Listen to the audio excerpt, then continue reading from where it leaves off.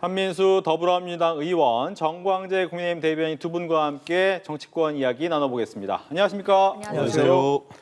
네, 오늘은 정치권 이야기 들어보기 전에 윤석열 전 대통령의 구속 영장 심사에 관련된 이야기를 하겠습니다. 내란 특검팀은 혐의가 충분히 소명됐고 죄질도 불량하다는 입장, 또 윤 전 대통령 측은 객관적 증거가 없이 법리적으로 죄가 되지 않는다, 무리한 영장 청구다라고 이야기를 하고 있습니다. 구속영장의 발부 여부에 대한 전망을 듣겠습니다. 먼저 한민수 의원께서 얘기해 주시죠. 저는 발부될 걸 확신합니다.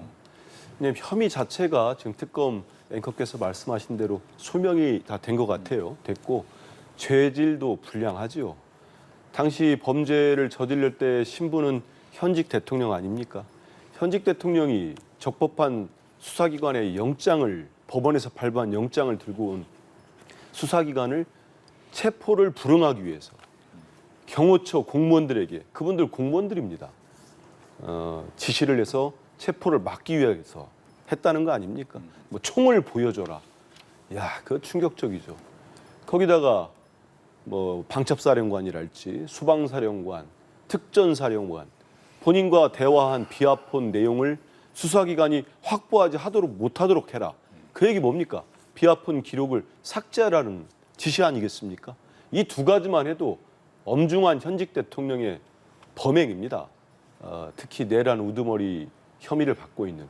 근데 이것보다 저는 중대하게 보는 게 특검에서도 혐의의 가장 우선순위를 뒀던 이 계엄의 절차가 맞지 않지 않습니까? 아예 9명 정도 됩니까? 그 국무위원들에게는 이 계엄 선포 국무회의 소집 자체를 알리지 않았습니다.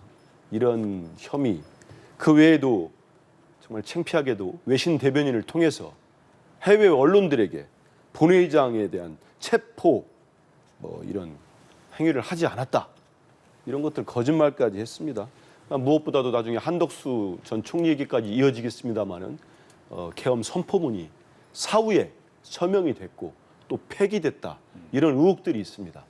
이런 의혹들이 적나라하게 적시가 됐는데 법원이 이 영장을 저는 발부하지 않는다? 저는 상상할 수 없다고 보고요. 그리고 그동안에 윤석열 전 대통령이 수사기관이나 그다음에 그동안 여러 가지 응해왔던 모습들, 이런 것들은 윤 전 대통령이 더 이상 저런 중대한 혐의를 가진 분이 백주 대낮에 활보를 하면서 우리 국민들에게 정말 큰 충격을 주는 일은 없어야 된다, 이런 생각을 합니다. 네, 구속영장이 발부될 것이다라고 얘기를 해주셨고요. 네.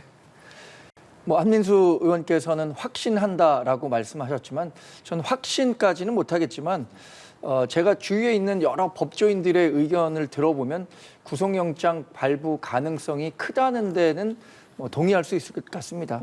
지금 받고 있는 혐의와 관련해서 특검이 구속영장을 신청했고요. 특히 이 증거인멸 우려와 관련해서는 많은 분들이 이 윤석열 전 대통령 측의 변호인이 있을 때에 다른 사람들이 증언했던 것과 없었을 때 증언했었던 것과의 큰 차이가 있다. 이것은 잠재적인 증거인멸 가능성을 반영하고 있다라는 얘기들을 하고 있어서 구속영장이 발부되는 원인은 크게 세 가지잖아요. 범죄 행위의 중대성, 도망의 우려, 증거인멸의 우려. 그래서 이 가운데 하나만 해당이 된다고 하더라도 그동안 법원이 구속영장을 발부해 왔기 때문에 그 가능성은 크다고 할 수 있습니다만, 다만 이게 법원이 굉장히 엄격하게 법을 적용하는 그동안의 특징은 있었던 거잖아요. 그러니까 법리와 증거 또 원칙에 따라서 어떤 정치적 편향성 없이 판사가 구속영장 발부와 관련해서 결론을 내려야 한다, 이렇게 생각합니다. 네, 방금 언급하신 부분, 그러니까 김성훈 전 경호차장과 강희구 전 부속실장의 진술이 윤 전 대통령 측 변호인이 있고 없고에 따라서 좀 달라진 부분, 이 부분은 법원의 판단에 어떤 영향을 미칠 거라고 보십니까? 저는 결정적인 구속 사유 중에 하나가 될 것 같습니다. 우리 정광재 대변인 말씀하신 대로 구속영장 발부 사유가 세 가지 있지 않습니까? 범죄의 중대성, 소명이 됐느냐, 그다음 도망의 우려, 도주 우려가 있고 증거인멸인데 지금 말씀하신 부분들이 증거인멸의 우려를 더한다고 볼 수 있을 것 같습니다. 조은석 특검이 66쪽에 달하는 영장 청구서를 구속영장 청구서를 냈는데 그중에 한 16페이지 정도가 증거인멸과 관련된 내용이라고 합니다. 특히 저도 뭐 보도를 접하면서 좀 충격적으로 봤는데 그동안 그 호위무사 역할을 하면서 국민들 볼 때 아니 경호처의 공무원이 사병도 아닌데 어떻게 저렇게 윤석열, 김건희 부부를 위해서 행동을 할 수 있지? 이렇게 의심하고 비판했던 김성훈 경호처 차장마저도 또 강의구 부속실장입니까? 그 검찰에 있을 때 오래됐던 측근까지도 윤석열 전 대통령 변호인이 있을 때는 말을 하지 않았다는 거 아닙니까? 나가니까 얘기를 했어요. 그래서 저는 이번에 구속영장 청구서가 언론에 대서특필되는 과정에서 유출을 윤 전 대통령 변호인이 측에서 한 걸로 특검이 보고 있지 않습니까? 이런 부분들을 특검이 엄중하게 보고 수사를 하려고 하는 것들이 다 이런 겁니다. 그리고 우리 국민들이 기억을 하실 거예요. 지난 그 내라는 밤 때 그 동원됐던 군부대도 있지 않습니까? 여인영 방첩사령관, 이진우 수방사령관, 곽정근 특정사령관. 근데 이분들이 어땠습니까? 처음과 다르게 입장을 바꾸는 과정이 있었습니다. 다 기억하실 거예요. 헌재 와가지고 곽정근 전 사령관을 빼고 나머지 두 분은 입장을 애매모호하거나 본인의 검찰의 진술을 바꿨습니다. 그 과정에서 근데 나중에 드러났는데 윤석열 전 대통령 변호인이 접견을 했던 걸로 드러납니다. 그렇기 때문에 이런 회유랄지 증거인멸이랄지 이런 의혹들이 충분합니다. 그런 상황에서 오늘 지금 어제 같은 경우는 이진우 사령관이었습니까?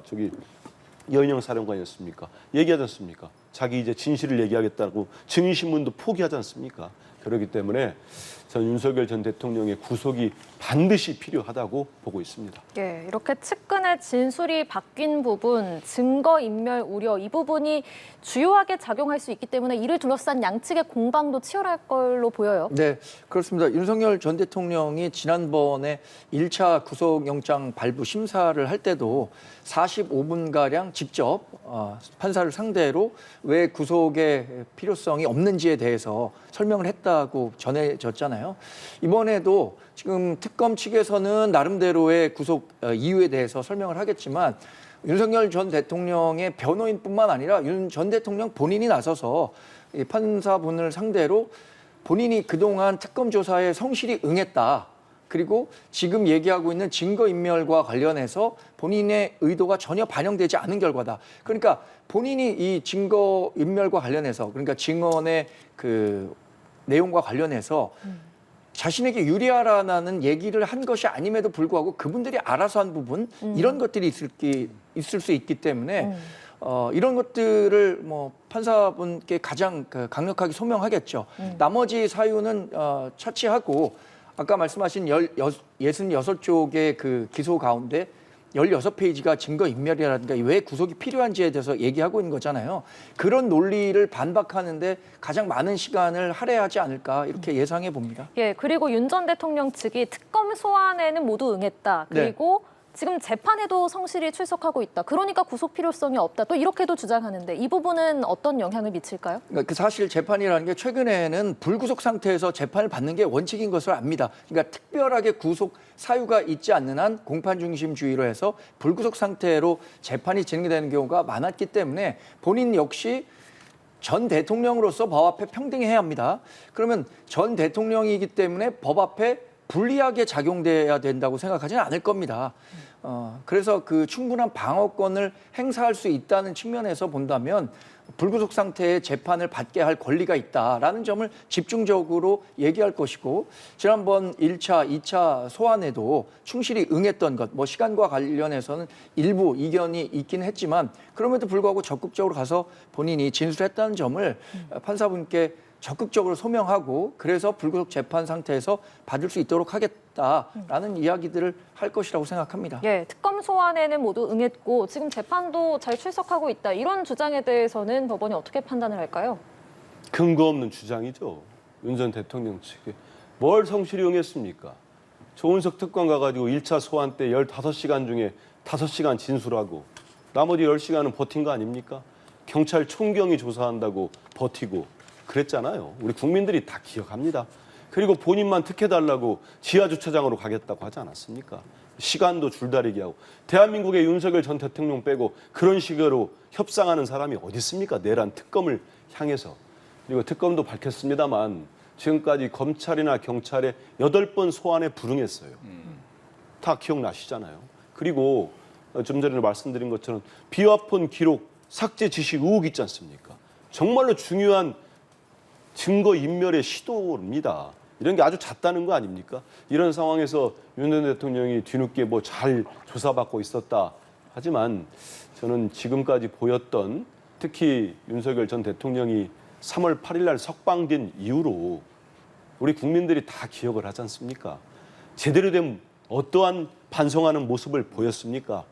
대한민국 대통령으로서 20대 대통령으로서 선출된 이후로 그리 국정을 엉망진창으로 만들고 결국은 계엄과 내란을 일으켜가지고 전 국민을 이렇게 고통 속에 빠뜨렸습니다. 조기 대선까지 치르게 했어요. 근데 저분이 국민들에게 단 한 번이라도 진심으로 사죄한 적이 있습니까? 그 윤 어게인이라고 하는 그 몇 명 되지도 않는 그 지지자들에게 손 흔들라고 기자들 비껴달라고 하고 이런 행동만 보였습니다. 그리고 부정선거 의혹을 다루고 있는 영화관을 가서 영화를 봤어요. 다 기억하시잖아요. 반바지로 그 사저입니까? 자기 집 있는 그 상가 돌아다니는 게 다 국민들이 보고 있습니다.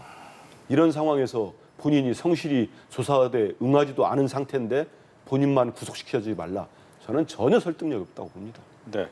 두 분 모두 한민수 의원께서는 구속영장 발부를 확신한다. 아, 그럼요. 정광재 대변인은 가능성이 높다라고 네. 얘기를 했지만 이 구속영장이 발부됐을 경우 혹시 또 예상과 다르게 발부되지 않았을 경우 그 파장에 대해서 얘기를 각각 들어보겠습니다. 먼저 국민의힘부터 얘기 저는 듣겠습니다. 지난 1월에 사실 서부지법 폭동 사태를 우리 사회가 경험했잖아요. 당시 그 펼쳐졌던 장면은 우리 사회에 정말 큰 충격을 줬습니다. 법원은 우리 사회의 마지막 보루라고 하잖아요. 우리 사회 질서를 지키는. 그런데 본인들이 희망하지 않았다는 이유로 물리력과 같은 폭력 사태로 서부지법의 난동 사태를 일으킨 데 대해서 많은 분들이 충격을 받았고 그때 실제로 현장에서 부안해동했던 분들조차 법적인 처벌을 굉장히 강도 높게 받고 있습니다. 지금 그런 점들을 고려하면 일단 첫 번째는 그 질서 유지를 위해서 공권력을 잘 배치해서 이런 일이 발생하지 않도록 미연에 잘 준비하는 것이 우선이고요. 두 번째는 본인들이 판단한 것과 다른 결과가 나왔다고 해서 폭력을 행사하려고 하는 그 성숙하지 못한 시민의식을 보이면 안 된다고 생각합니다. 그렇게 되면 결국에는 가장 큰 피해는 우리 모든 국민이 받게 되는 겁니다. 결국에는 법치라는 것이 자유민주주의를 지키는 근간이라고 하는데 본인들에게 불리한 판결이 나왔다고 해서 그런 모습을 연출한다면 우리 사회가 안게 되는 피해가 굉장히 크다고 생각합니다. 알겠습니다. 구속영장 발부 여부에 따른 파장. 지난 1월이었죠. 영장이 서부지법에서 발부가 되고 정말 폭도들의 난입 사태가 벌어졌습니다. 저는 폭도들의 난입 사태 법원을 점거하고 파괴하는 모습을 보면서 큰 충격을 받았는데 그에 못지않게 충격을 받은 게 당시 국민의힘 의원들의 태도였습니다. 부추기는 듯하고 그런 모습을 봤는데 지금은 달라졌죠. 그 당시에는 어찌됐든 윤석열 전 대통령이 현직 대통령이었습니다. 그리고 정말 갈라치기를 하고 선동을 했고 거기에 국민의힘 집권당 의원들, 당시엔 집권당이었습니다. 집권당 의원들이 대거 부안유동해가지고 거기에 같이 참여를 했습니다. 그러면서 지지층을 선동했기 때문에 그런 불미스러운 정말 불행한 일이 있었지만은 지금은 그렇게 될 수가 없다고 봅니다. 이미 정권이 바뀌었지요. 이재명 대통령님의 국민 주권 정부가 이미 발족을 했고 국민들로부터 전폭적인 지지를 받고 있습니다. 그리고 무엇보다도 그리 막았던 윤석열 전 대통령과 한덕수 총리와 최상목 대행이 막았던 그 특검들이 지금 다 정상적으로 가동되고 있는 상황입니다. 내란 특검과 김건희 특검과 최혜병 특검이 그렇기 때문에 여기에 대해서 크게 어떤 반발이나 저항이 있을 수는 없다고 보고 있고요. 저는 구속이 당연하다고 봅니다. 구속이 되면은 이제는 더 이상 국민의힘도 그 구속에 대해서 항의 논평을 내겠습니까? 비판하는 논평을 내겠습니까? 저는 그러지 못할 거라고 봐요. 그래서 윤석열 전 대통령은 지금이라도 본인에 의해서 그 좀 전에 정 대변인이나 저랑 얘기한 서부지구 폭동 사태 때 지금 구속된 사람이 수십 명입니다. 그분들의 인생을 윤석열 전 대통령이 책임질 겁니까? 엊그제도 증인신문까지 포기한 그 삼성 장군, 여인현 전 바청업사령관의 인생은 그 사람이 책임질 거예요? 이제라도 모든 책임은 나에게 있다. 인정을 하는 게 맞는 거지. 지금 저기 자리에 가가지고 다시 구속은 맞지 않다. 지난번 1차 때 어떻게 됐습니까? 이분이 구속이 맞지 않다고 1차 때 그때 소명할 때 45분 정도 얘기했다고 그래요. 윤석열 당시 대통령이. 뭐 계엄은 실제 실행할 의도가 없었다.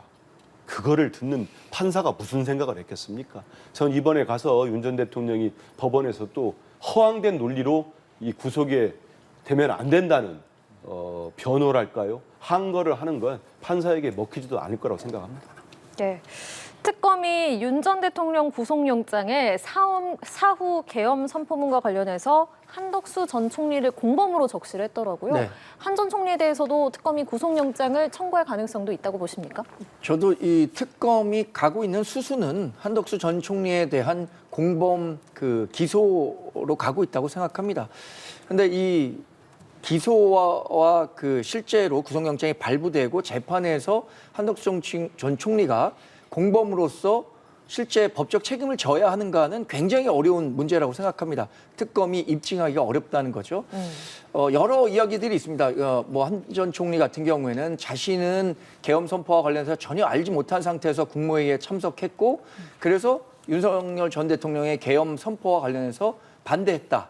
그리고 말리려고 했다라고 하지만 지금 조사를 받는 과정에선 일부 한 전 총리가 했던 발언과는 조금 상황이 다른 영상들이 나오고 있기 때문에 그것을 가지고 아마 특검 측에서는 중요한 자료로 삼아서 기소를 할 가능성이 크다고 생각하는데 이렇게 뭐 범위가 어느 정도까지 넓어질지는 모르겠습니다만 그것을 기소하는 것은 저는 특검이 갖고 있는 권한이라고 생각합니다. 어떤 근거를 들어서든 기소까지는 가능하겠지만 그것이 윤석열 전 대통령처럼 아직 뭐 윤 전 대통령에 대한 구속영장 발부가 된 것은 아니지만 한 전 총리에 대해서도 구속영장이 발부된다거나 공범으로서 법적 처벌을 물을 수 있는지에 대해서는 뭐 앞으로 그 특검이 굉장히 어려운 숙제를 풀어가게 될 것이다 이렇게 판단합니다. 예, 윤석열 전 대통령이 한덕수 전 국무총리, 강희구 전 부속실장, 김용현 전 국방장관과 공모했다 이렇게 특검이 적시를 했더라고요.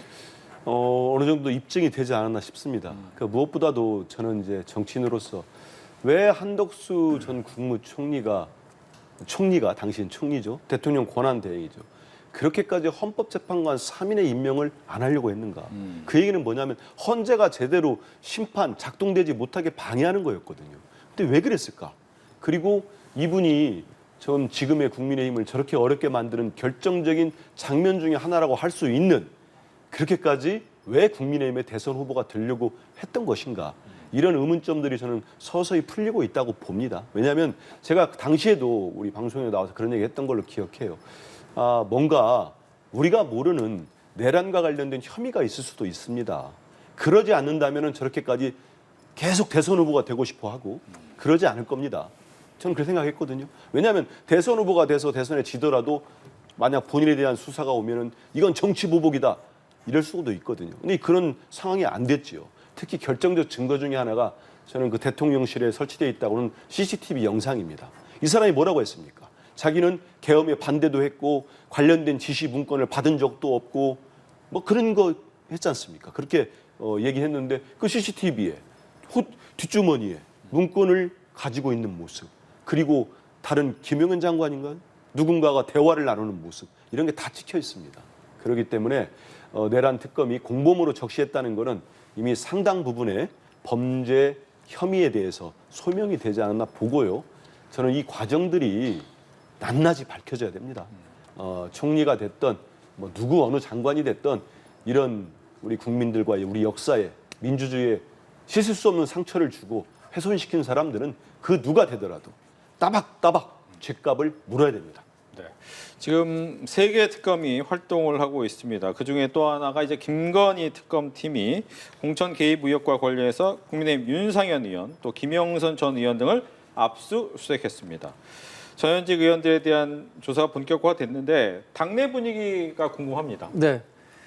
뭐 이렇게 특검이 그 국민의힘 소속 의원들 또 전 현직 의원들에 대해서 수사 범위를 넓히고 있는 것에 대해서 당내 분위기가 좋을 리는 없죠. 어제 송원석 비대위원장은 결국에는 정치 보복성 특검으로 가는 것 아니냐라는 우려를 강도 높게 얘기하기도 했습니다.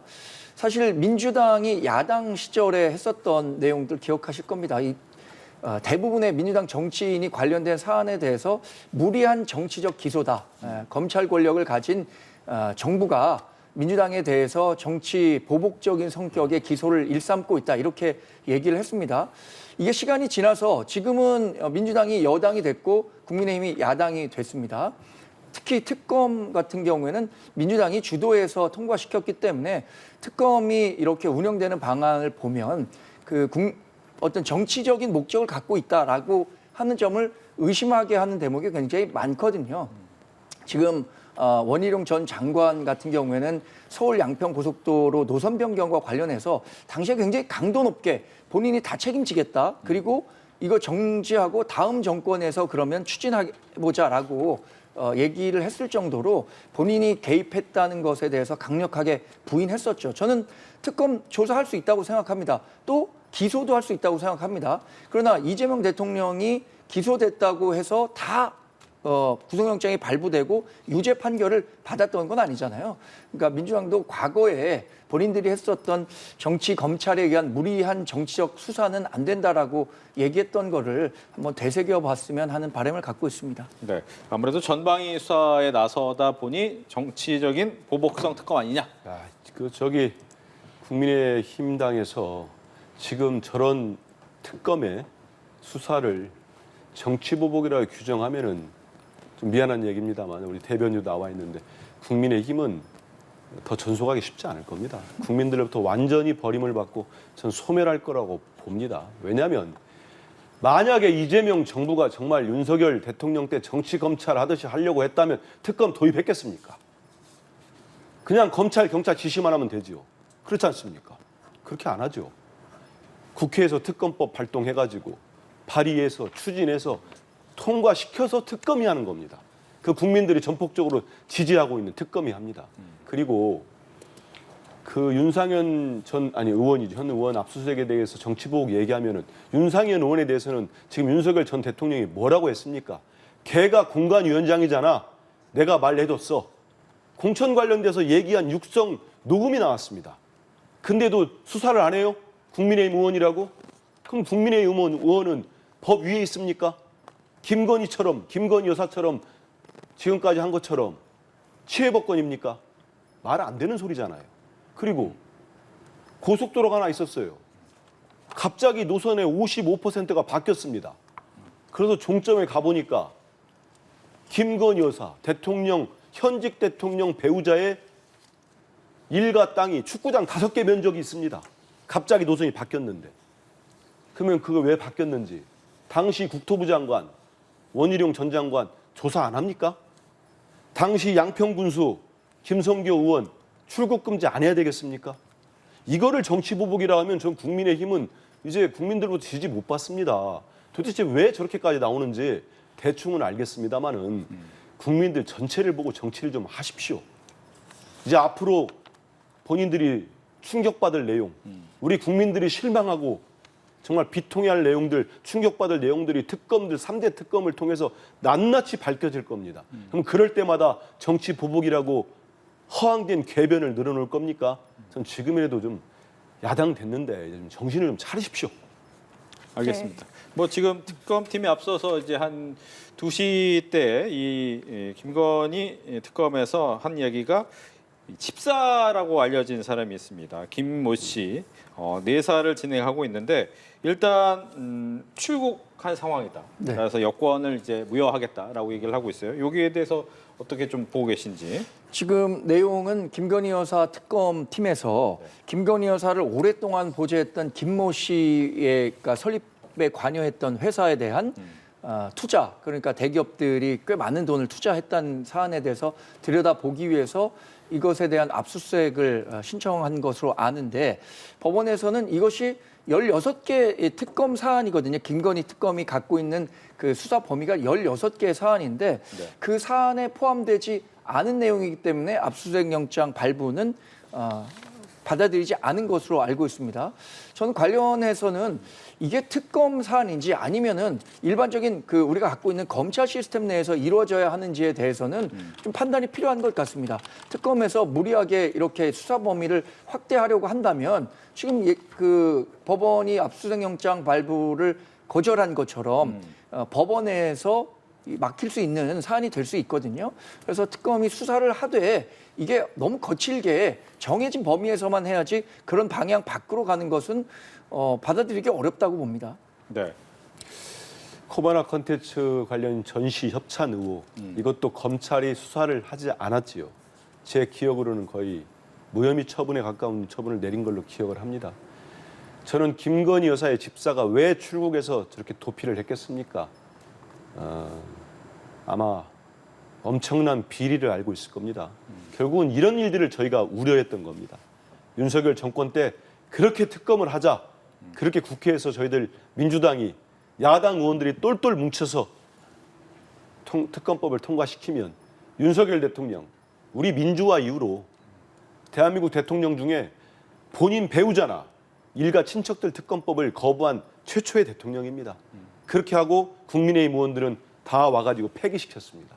그 결과가 드러나는 겁니다. 법원에서는 16개 혐의를 받고 있죠. 내란 특검이, 아니 김건희 특검이 16개 혐의를 수사를 하고 있습니다. 근데 거기에서 벗어났다고 법원에서 압수수색 영장을 기각한 것 같은데 저는 특검이 이번 영장을 쳤을 때는 16개 혐의와 연관된 부분이 분명히 있었다고 봅니다. 그런데 정말 안타깝게도 분노합니다. 이렇게 김건희 여사의 집사가 도망갔는데 김건희 집사 어떻게든지 빨리 수사기관이 인터폴을 통하든 여권 무효 조치뿐만 아니고 잡아들여야죠. 잡아들여서 수사, 조사 제대로 해야 됩니다. 저는 지금까지 우리 국민들이 그렇게 의심을 가지고 있었던 일들이 빙산의 일각이 되지 않을까 이런 걱정도 합니다. 너무나 많은 비리들이 숨겨져 있지 않겠나 이런 강한 의심을 하고 있습니다. 알겠습니다. 저도 뭐 이런 의혹이 불거지면 당연히 수사를 통해서 진실을 규명해야 한다는 데는 동의합니다. 그런데 지금 특검이 갖고 있는 권한 내에서 이루어져야 한다는 얘기죠. 이것이 특검 내 권한이 아니기 때문에 법원에서 영장 발부를 하지 않았다는 이유만으로 법원에 대해서 이렇게 비판하는 것은 저는 옳지 않다고 보고 이런 의혹과 관련해서 다시 제기가 된다면 검찰이나 경찰이 충분히 수사할 수 있는 일이라고 판단합니다. 이 부분도 짚어볼게요. 이진숙 방통위원장이 비공개가 원칙인 국무회의 내용을 언급해서 논란이 이어지고 있는데 조금 전에 대통령실이 브리핑을 했는데요. 다음 주 국무회의부터 이진숙 방통위원장을 배제하기로 결정을 했습니다. 지금 이 논란은 어떻게 지켜보고 계십니까? 제가 이진숙 위원장 얼마 전에도 봤지요. 방통위원장. 제가 이제 국회 상임위가 가방이기 때문에 그날 저 발언도 나왔습니다. 본인이 제 기억으로 정말 이렇게 했던 것 같아요. 그 방송 3법에 대해서 그 안에 대한 지시를 받았다.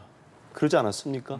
예. 저는 깜짝 놀랐습니다. 왜냐하면 대통령께서는 당대표실도 그렇고 우리가 방송 3법을 지금 막 추진한 게 아니거든요. 21대 국회 때도 했고 우리 대통령님이 당대표실을 추진했었습니다. 그 저희가 통과시켰는데 그때도 윤석열 대통령이 거부권을 써가지고 폐기됐거든요. 그런 과정들을 다 아시는데 대통령께서 우리 민주당이 이제 여당이 돼서 이 방송 3법에 대해서 심도 있게 심의 절차를 하는 걸 다 아실 거거든요. 정무수석을 통해서든 뭐 홍보수석 통해서 보고를 받으셨을 텐데 거기에 대해서 지금 이진숙 방통위원장, 특히 이진숙 방통위원장은 윤석열 전 대통령이 임명을 했고 뭐 윤 대통령이 임명할 수도 있습니다. 하지만 이분이 그동안 해온 행동이 뭐였습니까?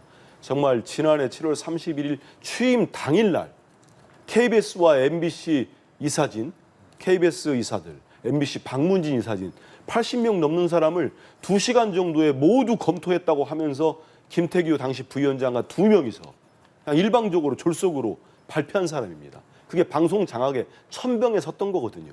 근데 그런 사람에게 우리 대통령이 안을 마련해보라고 지시를 했다? 저는 믿지 않습니다. 근데 결국 진실이 드러난 거예요. 비공개 회의 때 방통위원장이 이런저런 지금까지 대통령을 향해서 별 얘기를 다 한 거 아닙니까? 대통령과 방통위원장의 임기를 맞춰달라. 아니 그런 얘기를 본인 배석자로 했다고 그렇게 정권이 바뀌었는데 그렇게 요구하는 방통위원장 보셨습니까? 그런 일까지 한 사람이에요. 근데 거기에 대해서 의견을 물어봤는데 그거를 국회에 와가지고는 마치 본인에게 안을 만들어 보라는 것처럼 지시를 받았다? 그거는 말이 안 되죠. 오죽했으면 대통령께서 그 어제 국무회에서 강하게 질타를 했겠습니까? 저는 의도는 분명한 것 같아요. 저도 뭐 정치 부의자도 오래 했습니다만 이 이진숙 방통위원장의 지금의 행보를 보면은 이번에 감사원으로부터 공무원의 정치 중립 위반으로 주의 조치를 받았습니다. 그 얘기는 이분이 그 탄핵 소추돼가지고 직무가 정지된 상태에서 각종 보수 유튜버 채널에 가가지고 편파적인 정치적 편향적인 발언을 쏟아냈거든요. 민주당에 대해서 비판하고 공격하고 그 이유가 뭐겠습니까? 지금 대통령에 대해서 저렇게 무례한 행동을 하는 거는 국무에서 있었던 비공개 발언을 특히 왜곡까지 해서 국회 와가지고 막 주장하고 하는 거는 일방적으로 전 정치적 노림수가 있다고 봐요. 근데 여기에 대해서 우리 대통령이나 우리 정부나 민주당이 넘어가겠습니까? 저렇게 세상 바뀐지 모르고 여전히 극우적 시각으로 또 일부 세력을 편승하려고 하는 행위들은 결국 성공할 수 없다 이렇게 보고 있습니다. 예. 네. 지금 이재명 대통령이나 민주당에서 봤을 때는 이진숙 방통위원장이 정말 눈에 가시 같을 겁니다. 임기가 보장돼 있죠, 방통위원장은. 그래서 대통령이 바뀌었다고 해서 함부로 이렇게 교체할 수가 없는 상황인데 저는 이재명 대통령이 국무회의에서 방통위가 방송 3법에 대해서 어떻게 생각하는지 그 의견을 개진해달라. 의견 개진에 관한 이야기를 했다는 거 아닙니까? 근데 대통령이 하신 말씀에 대해서 그것을 받아들이는 국무위원, 그러니까 이진숙 방통위원장 입장에서는 그에 대한 의견을 개진해달라라는 지시로 충분히 인식할 만한 부분이 있었다고 생각합니다.